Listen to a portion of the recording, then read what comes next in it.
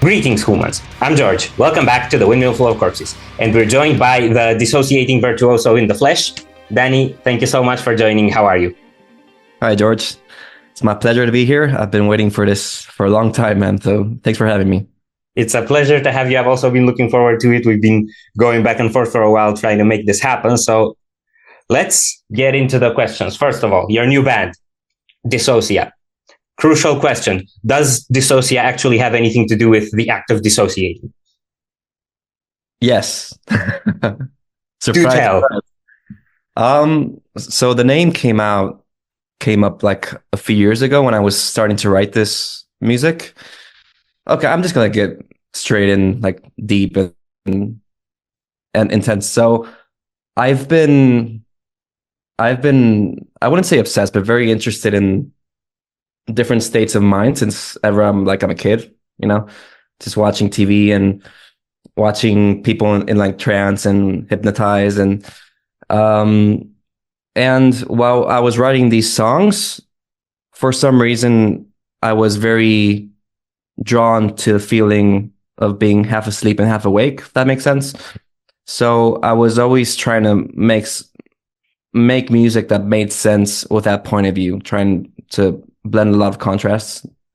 So yeah, I think it's a perfect name for the music we were writing at the time, and I'm very happy we chose that one.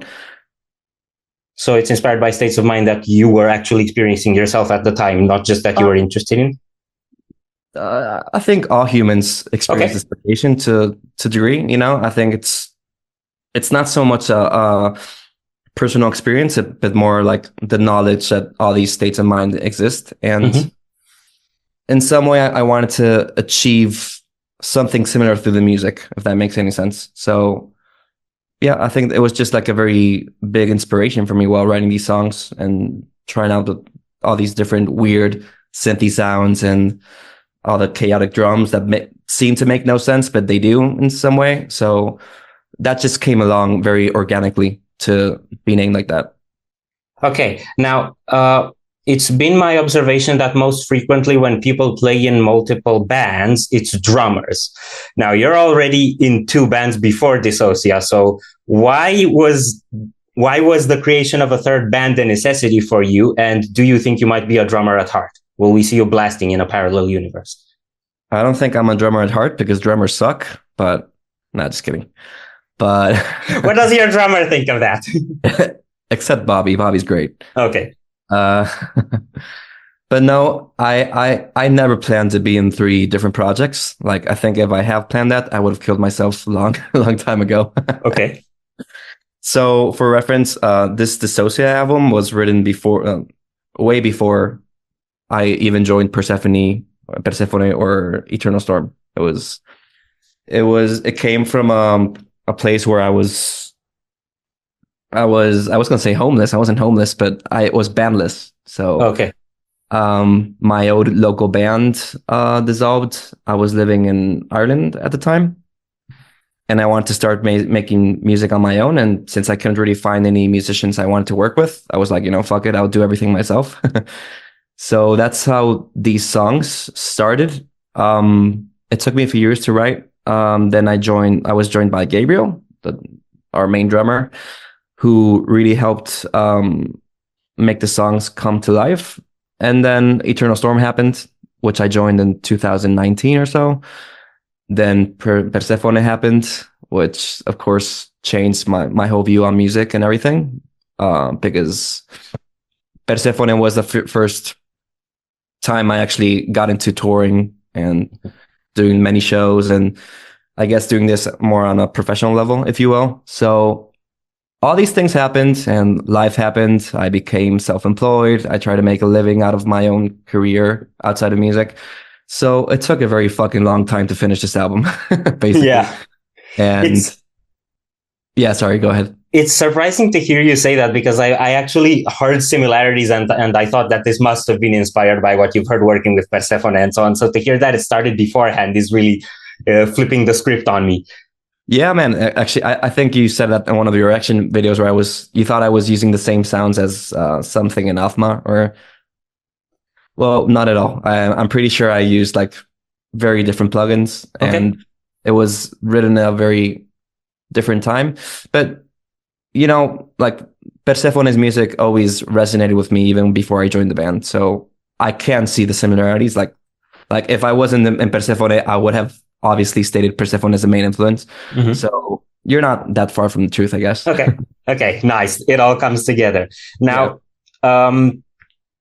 so the album is called To Lift the Veil. So why are we lifting the veil? What's behind the veil that's so interesting? What do we want to see? Are there strippers and boobs behind the veil? Tell me about the veil. No, man, I wish. The veil is just a concept. It's kind of, it actually goes in line with the concept of samsara, which you already mentioned in one of your videos, which is basically like the endless cycle of life and death. Yeah. To lift the veil is basically just to be reborn and to die constantly. So I really liked exploring that concept throughout the album. And even though I wouldn't say the album is like linear, conceptually, like in a linear way, I think all the songs kind of revolve around that.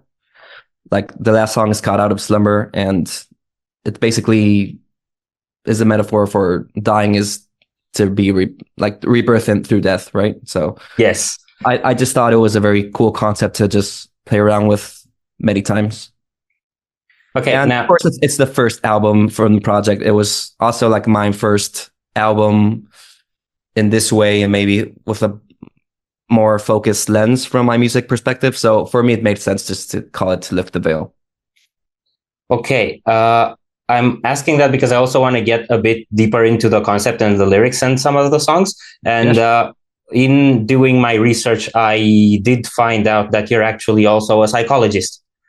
And I wanted to ask you if your experience learning or doing things in that field has in any way informed or influenced your creative process and your music and the themes that you chose to deal with. Well, honestly, I think being a therapist just affects all areas of your life. Like it just, I wouldn't say it really changes how you live, but it just gives you a different perspective out of things.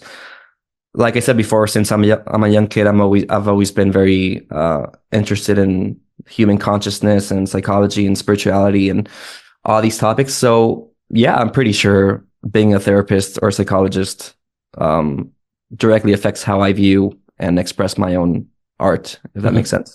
Like for instance, the song called "The Lucifer Effect" comes directly from a psychology book and theory from Zimbardo, which is there's a movie about it. It's like the Stanford prison experiment where basically, in summary, it represents very well how normal, good, quote unquote, good people under certain circumstances and stresses can become evil or villains or people who hurt people. Yeah. So I thought it was a very cool concept to explore through this music. Okay, so since you opened up that can of worms, I actually had that song to ask you about on the list. Let me find where I had it. Okay, so when you wrote this one, did you want to write it about like the actual book and experiment, or about the concept of how people turn evil at large? Concept. Like, I would be lying if I said I read the whole book, because I tried, but I couldn't. But no, I think it's a very fascinating concept, and I think I just took a very personal perspective out of it. I was going through a very dark time with a lot of like intrusive thoughts, and we're all human beings. We all go through dark times like this, and it just made me realize, like, me as a human and as everyone else, I think we all have like a very dark side of our psyche, and I wanted to kind of make a song about accepting that dark side, that under certain circumstances we can all become pretty terrible or very dark human beings. Yeah. If you see some of the terrible jokes my brother and I do on our channel, you could argue you both are are fucked, man. Yeah, I meant you could argue it already happened.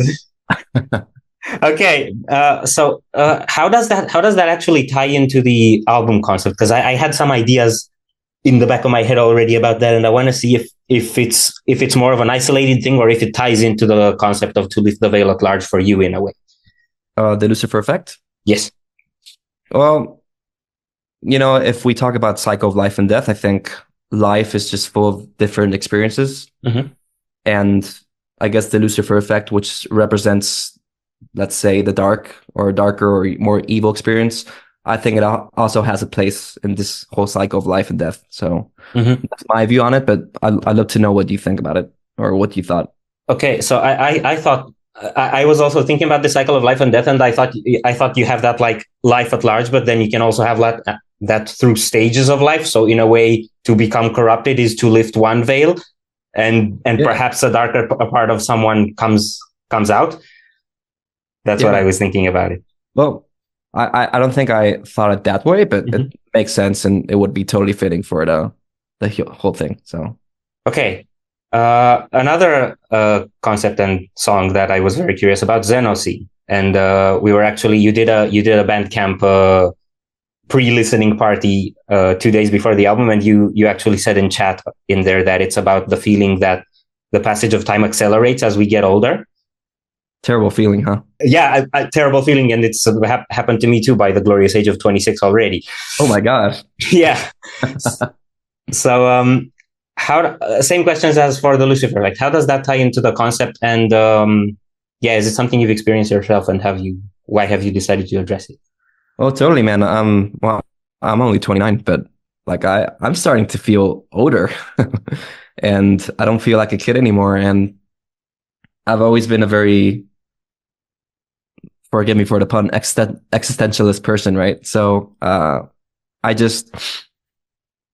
always dwelled a lot around time and just the meaning of life and yeah, I think this is something that happens to all of us. We just get older and life becomes faster and more chaotic, but sometimes simpler, and it just moves quicker and quicker. And that's I want to write the song from the perspective of the narrator being fucking terrified of that. Oh man!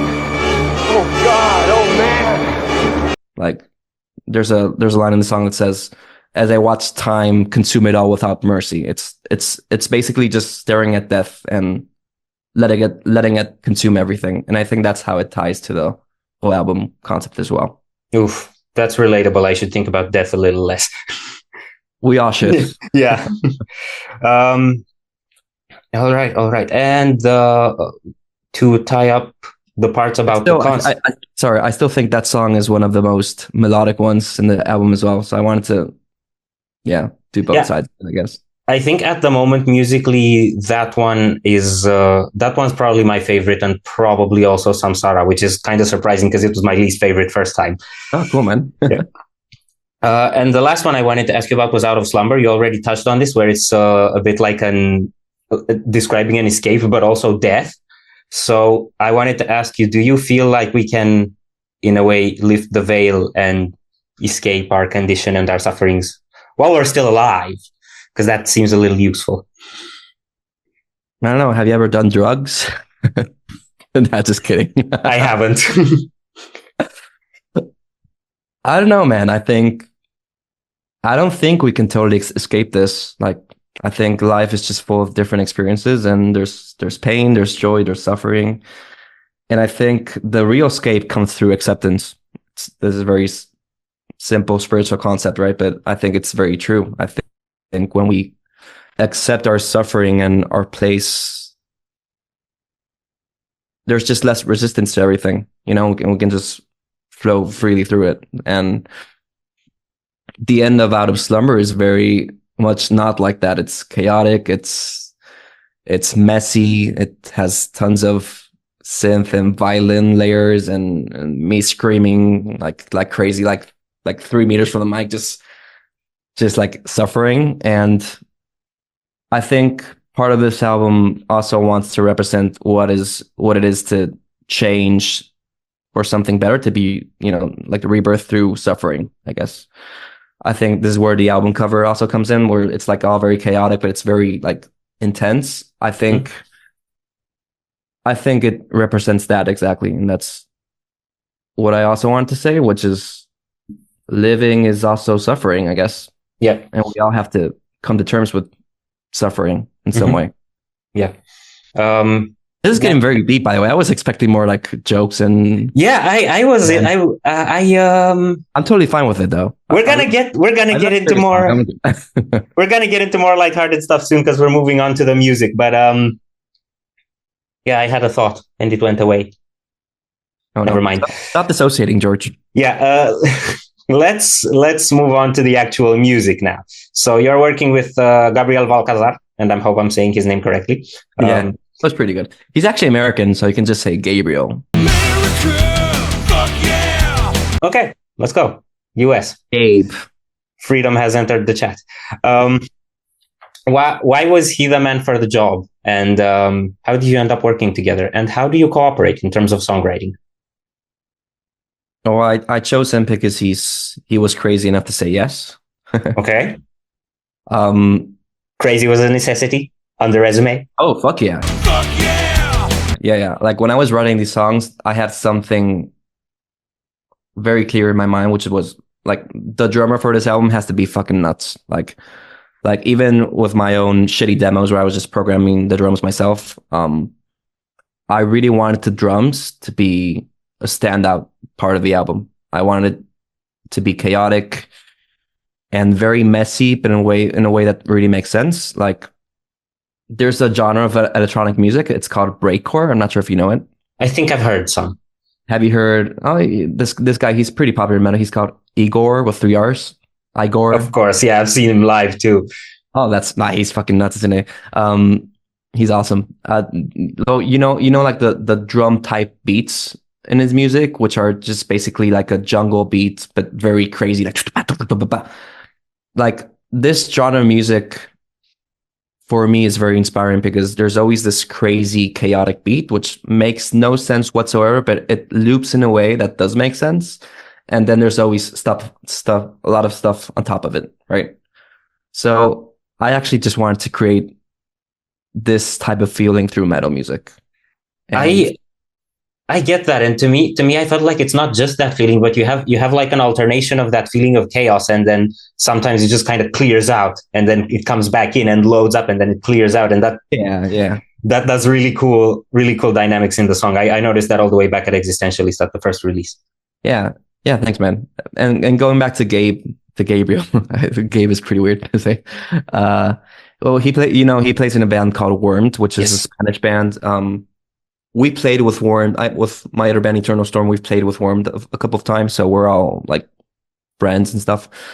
And he's just a fucking insane drummer, man. He's one of these guys where he barely practices. He just nails everything in one take.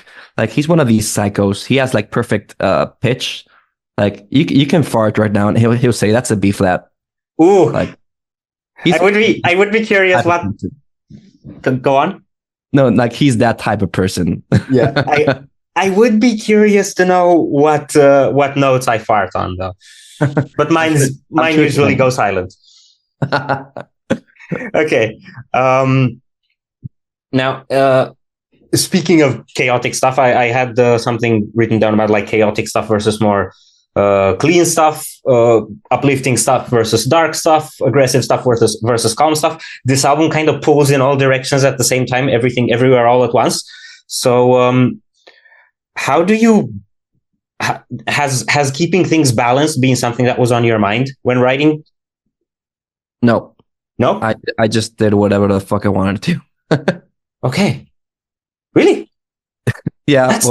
Well, just for more reference, like since I wrote this album before I joined any of my current bands, I really didn't have an expectation of what I wanted it to be. I was just writing music for the sake of it, which I now think it's probably the best form or the best way of making art, just making art for the sake of it. Like honestly, this album was made in that sense. I was never too worried about it making sense at all.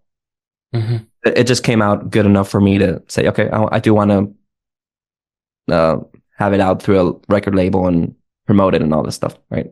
But I think I write from a very intuitive state of mind. So I'm not very rational when I write music. So I was never thinking of, oh, this needs more balance, this needs more space. I was just doing whatever felt right, if that makes sense. Okay, that flips the script on me too. Oh. Then next part, vocals. So we get to hear you sing a lot more than in Persephone, where it's mostly the roars. But we also get like different types of roars, and we also get effects on the vocals. So it's the same thing again, everything, everywhere, all at once. And the coolest thing also in Out of Slumber, you have like a hair metal part.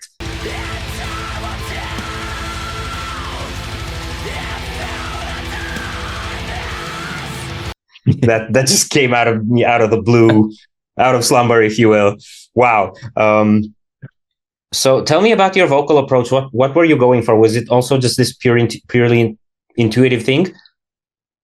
I would say it was, but at the same time, I think when I was writing this album, I was getting a lot better at vocals and singing and just experiment. I've always been very passionate about the human voice, and like I started screaming when I was 15 or so, but then in my 20s, I started singing in choirs and even gospel choirs and classical choirs. Like I was like it was just fun for me, you know. I never did it in a very professional way, but it was just very fun. And even then I started taking some vocal lessons. And so I just love how the human voice can express so many emotions and textures and stuff. So since it was just my project, I said, okay, fuck it. Like no one's gonna yell at me if I do a very clean part or I do a falsetto or I do a power metal scream. Like I can do whatever the fuck I want. So yeah, that's how it came about.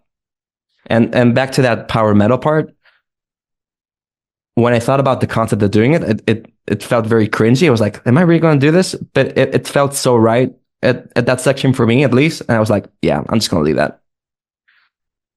It didn't make me cringe. Thanks. but since you mentioned it, now I do want to hear like gospel on a Persephone album or something. That would be great. Yeah. Guys. Okay. What else did I have? Oh yeah. So you did mention before that one of the problems with Gabriel was trying to keep him contained, and I also noticed that I may or may not have found and stalked your LinkedIn, and I did find that one of your expertise as a psychologist is conflict resolution. So how does that go? How does that relate to containing drummers when they want to go just a little bit too mad?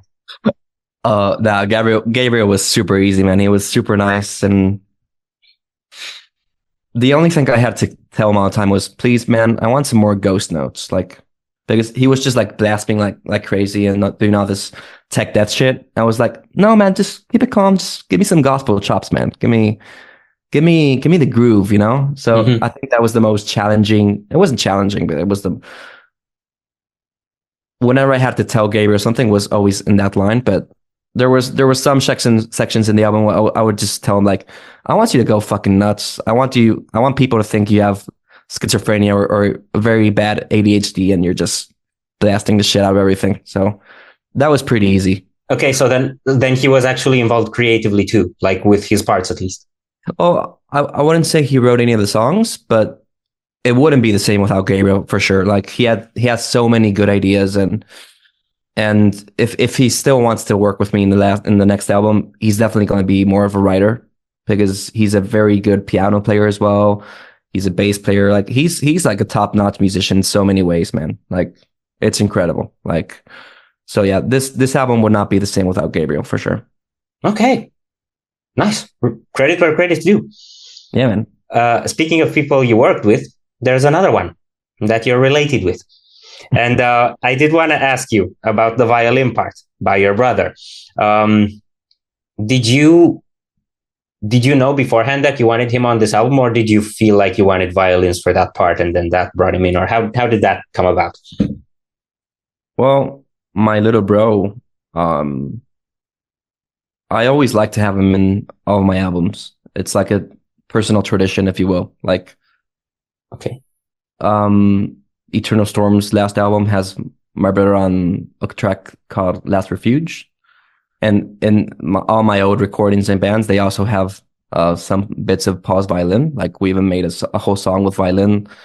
So it just felt right. Like I think having my brother in the album wasn't as much as it was about the music. It was more about the personal thing. Like I want to have him here, you know. He's my best friend, and I just like to have him in my records, you know. My brother is my best friend too. I know you wouldn't guess that based on our videos, but he kind of is. Oh no, you hate each other, but you love each Yeah. other, right? Yes, they really do go hand in hand. But who of you dissociates more? Oh, definitely him. 100%. It's because he won't stop talking. I'm sorry you have to put up with that. It's okay. Must be hard. We make do. We make do. I get to troll him about it. So, live shit. What does the future hold for Dissocia, and how do you plan to bring this madness to the stages? Oh, well, it kind of terrifies me, but I do want to do it because I do think it's very complicated music, especially to play and sing at the same time. If you haven't noticed, there's a lot of sweep picking in the album, and I have to sing while sweep pick, and it's gonna be fucking messy, but I'm gonna give it a try for sure. And we already have a live band for it, so we do plan on taking Dissocia live. Okay. About playing live, did you have playing live in mind when writing? Were you thinking whether you're making? Okay, yeah, that's not at all. But I'm very stoked about it. I really want to to be honest, I'm not sure if I'm going to have the resources or the time right now to maybe take Dissocia live to where I really want it to be. Just because I have, Persephone and Eternal Storm and my main job, and I'm probably going to be do a lot of touring in the next few years. But I do dream of having a very cool production and a lot of chaotic and just crazy lights with the show, and I think I will make it happen someday. I really do want to do it. I was gonna say I was already envisioning just chaotic strobe lights and stuff going on along with the music so well. Yeah, I would want to make it like a very special and immersive show where kind of like Meshuggah, but just more chaotic and just crazy. I would just want to make crazy stuff. So hopefully someday. More chaotic than Meshuggah definitely classifies as crazy. Yeah. Okay. So I leave for the end, usually, the question that unless I get answers to, I won't be able to sleep at night. So it's very important. Is it where I hang up now? Or is it what? If I hung up now, would you just stay awake for a week or something? Oh, 100%. Yeah. So just please don't do that. Yeah. Don't. No. I'll just call your brother you know what I did. Of all people I interviewed, you're the first one to flip the script on me with this one. I already know you, man. I'm sorry. I can't help myself. Let me get to the thing. So, sorry. While listening to Dissocia, what's the best dissociative drug to use? I wouldn't be very professional if I answer this question. No. You've seen the Windmill, where we are many things. Professional is not one of them. That is true. That is true. You don't have to. Don't get yourself in trouble. I actually don't know to what degree that stuff's legal. Depends on the country. Mm-hmm. I'm in the Netherlands, so more of it, probably. Yeah, it's not legal in Spain. But, there's some drugs which are called dissociatives. So I think that would go hand in hand. Mm-hmm. But at the same time, I kind of made Dissocia say, you don't have to do drugs. Dissocia is your fucking drug. I was hoping you'd say that. Honestly, I think if you listen to Dissocia drugged, you might have a bad trip. I'm not sure. I don't want people to do that. Don't do drugs. Don't do drugs. Exactly. Yeah. 100% for me. I've never done drugs. I have friends who do it. Music is my drug. And since you did mention that Dissocia is the drug, I'm usually pretty damn nervous before these interviews. And I was just listening to the album. It ended 10 minutes before we started. And I've never really been more chill when starting an interview. Oh, awesome, man. Well, I'm happy to have you here, man. Yeah. All the chaos went away. Yeah, and there's many ways of dissociating. Like music is one of them, drugs is one of them.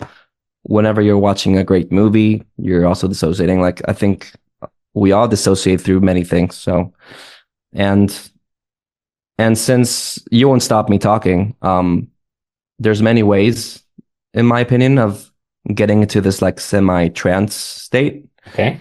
And I think one of them is through very repetitive patterns like meditation, and this is maybe where Persephone can come in, like more spiritual meditation and just cyclic patterns and stuff, which is very cool. That's because, you believe it or not, but all human beings, we love doing that. Even if we don't meditate, we're all drawn to these states of mind. So you can either do the cyclical one, or you can just do the messy, chaotic one, which is dissocia, which is basically your brain just gets flooded with so much information. Probably you with your brother. Your brother just talks so much fucking nonsense. Your brain just says, "Okay, switch. I'm just done with this shit." I've actually really tried focusing on it. It takes a while for me to really get there to where I'm like, okay, what's happening? Yeah, I don't think it's an album to listen to once. Mm-hmm. Yeah, I think a lot of people are just like, what the fuck is happening? Like, I read some comments, and some sections where the drums are just very crazy, and purposefully we wanted to make it like more distant in the mix, like more echoey. People were like an angry metal guy, they were complaining like, what the fuck is this shit production? Like, it was all purposely done, Yeah, so, I know exactly what you're talking about. I don't think many people are going to get it, and that's fine. Like, yeah, I get it. I know. I've noticed this from existentialists. You have this really intense part in the middle where the drums start going everywhere, and then everything kind of blurs out, and then that immediately cuts away, and you go into this very clear kind of sweeping melody. Yeah. That's one of the coolest transitions in the whole album. And you have that kind of thing where it's just chaos, and then it ends. Yeah, abruptly. And the drums just go back to the front. So it's basically just, if you're watching a band live and you took away all the drum mics and you just heard like the real drums, that's what it would sound like, Mm-hmm. How do you get that in recording where it just kind of fades away? I don't assume you just move away the microphone while recording or anything. Is that all post-production? No, that's post-production for sure. Like Max Morton, he's the guy who mixed the album. He's great. He's a great person. He's a great engineer. I just told him to make the drums more distant and a bit crushed, which is like an effect of distorted, Yeah. But yeah, that's easy enough to make with production and plugins, and just add reverb, and just like when you add like a very distant vocal line or guitar, it's the same thing with drums. Only that no one really does that, or I'm sure someone does, but it's not very popular thing to do. Can you replicate it live? Yes, we plan to. I already got a front of house guy who's my friend, and we plan to make like a separate mix for these drum parts where basically it's only like the ambient mics. When you're playing live, and you always hear like the kick trigger and the snare mic and everything. So all that's gonna fade away throughout the window, and you're just gonna hear like the whole ambience of it. Okay, so you basically have two mixes, and you can like just switch between them during the show, in a way. Yeah, basically. Nice. Or that's what we're going to try. That it's going to be hard as fuck, but that's the idea. I do want to make that a thing for Dissocia, even for the next albums. I do want to make that like a very distinct thing we want to do. Mm-hmm. Yeah. Maybe it's great. Maybe it sucks. We'll see. So far on studio, it sounds great, but you totally haven't made life easy on yourselves with regarding to performance. No, hell no, man. All right. I think then I will leave you to it. It's been a pleasure having you. Yeah, man. Pleasure is mine, man. It was very fun. Thanks for having me. Yeah, album's out now on Willow Tip Records. Everybody check it out. It's called To Lift the Way. Corpse is out. Check it out, first. Don't do drugs. Don't do drugs, no. Unless it's Dissocia, yes.